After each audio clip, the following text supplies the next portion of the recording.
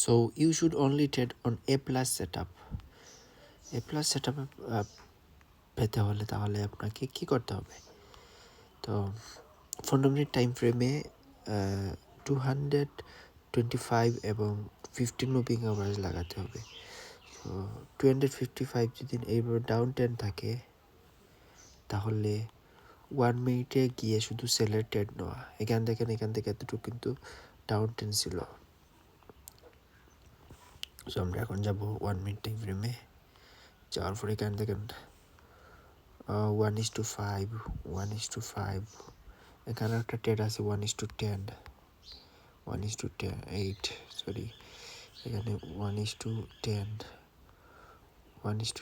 Big profit পাওয়া যায় যখন এইটা মেজর ট্রেন্ডটা ফলো করা হয়। এ প্লাস সেটআপে ট্রেড নেওয়া হয়। ওকে, এখানে ট্রেড নিলে এতটুকু প্রফিট হতো।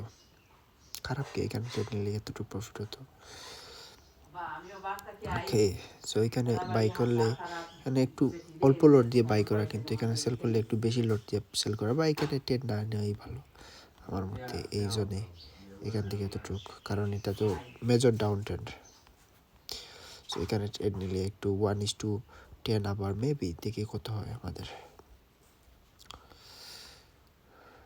এখানে আমরা ট্রেড নেব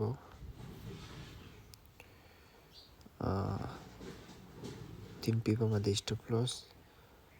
সো 1:6 ইজিলি। Okay, 1:6 easily.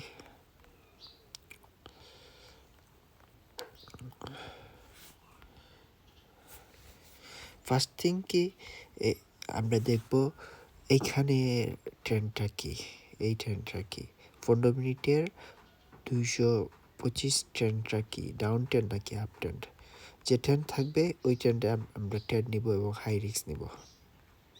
আমরা ওই ট্রেন্ডের এগেনস্টে ট্রেড নিব না। ট্রেড নিলেও আমরা মিনিমাম লট সাইজে ট্রেড নিব। এখানে দেখেন মেজর ডাউন ট্রেন্ড। সো এখানে মেজর ডাউন ট্রেন্ড যেহেতু, তাহলে আমাদের সেলের ট্রেড বেশি নিতে হবে। দেখেন মেজর ডাউন ট্রেন্ড 15 মিনিটের টাইম ফ্রেমে।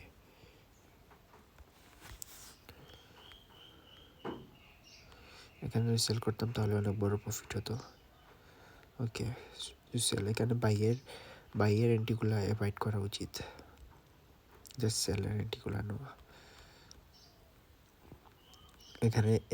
এখান থেকে এতটুক পর্যন্ত শুধু বাইয়ের এন্ট্রিগুলো নেওয়া, এখানে বাইয়ের এন্ট্রিগুলো নেওয়া।